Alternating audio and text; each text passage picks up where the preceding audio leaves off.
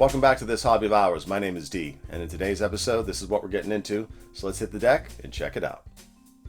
So I have bought another watch off of eBay out of Japan like I was the man. And sure enough, got some customs issues again. My goodness.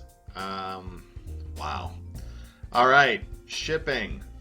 If you're going to ship something US domestic, use UPS.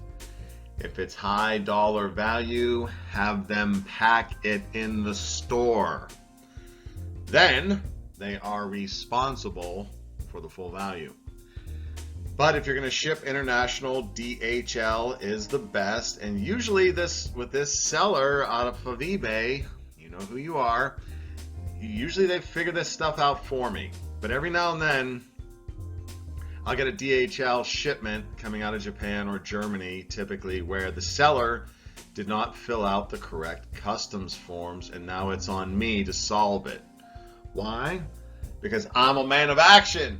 That's what's up. And if you rely on your seller to fix it, let's be blunt, by the time the shipment gets into customs and needs this fix, it's already in the Cincinnati hub. You might as well step up, step in, get it done, instead of running the risk of it going back to the seller in a big mess. So DHL Customs, this one's for you, baby. All right, so I got a text. Usually it's by text saying, oh, there's a problem with your shipment, blah, blah, blah, blah, and it has a link.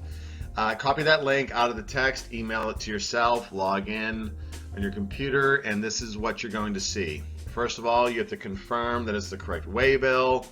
Hit continue, and it brings you to this, the dreaded clocks and watches worksheet screen. So, gosh, it's so dumb. How come they just don't do it right every time? Makes no sense.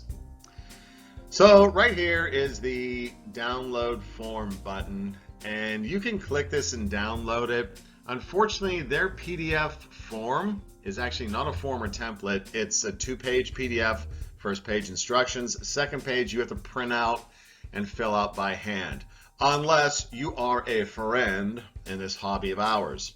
If you run down this road and you need to do this, send me a DM and I will email you my PDF templated form version of the file where you can just type in the information. That way, if you make a mistake, it's easier to fix, and I will totally sort you out on that.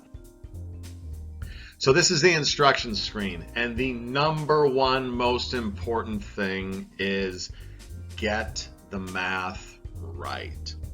It doesn't matter if the math is accurate in terms of its breakdown of the movement case, strap, and etc.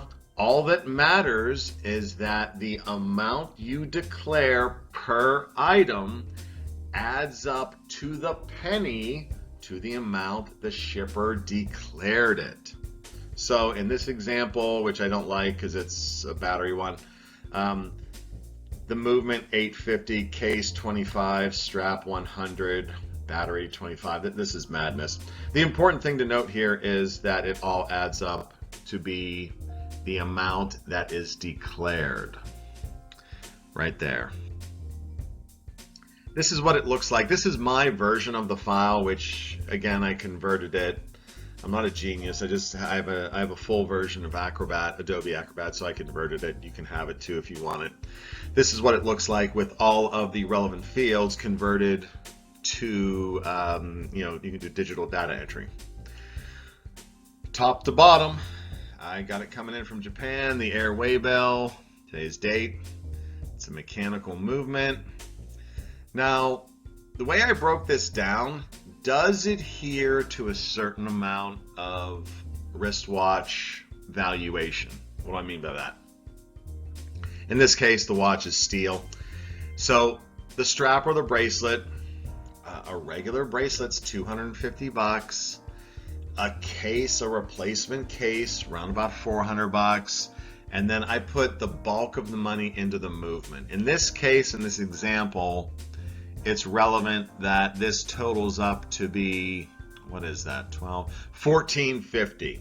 So in this case, 1450 was the amount on the declaration page of the importation. That is the most important figure. As long as all 3 or 4 sections add up to be that amount, and it is some reasonable logical expression of a breakdown, you will be just fine. Do yourself a favor. Look, if it's a mechanical or automatic movement, look up the movement for the piece and figure out how many joules are in it.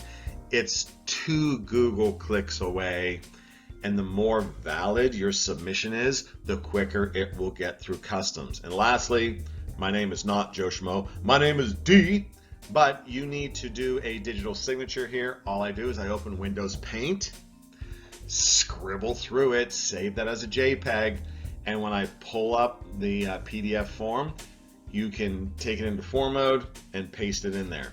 If you are not able to do a PDF form, all you have to do is fill out the PDF template that I send you, take a snapshot of it with Windows or Apple Screen Grab, treat it like a picture, do the scrawl of your signature, copy and paste it in just so that it looks good.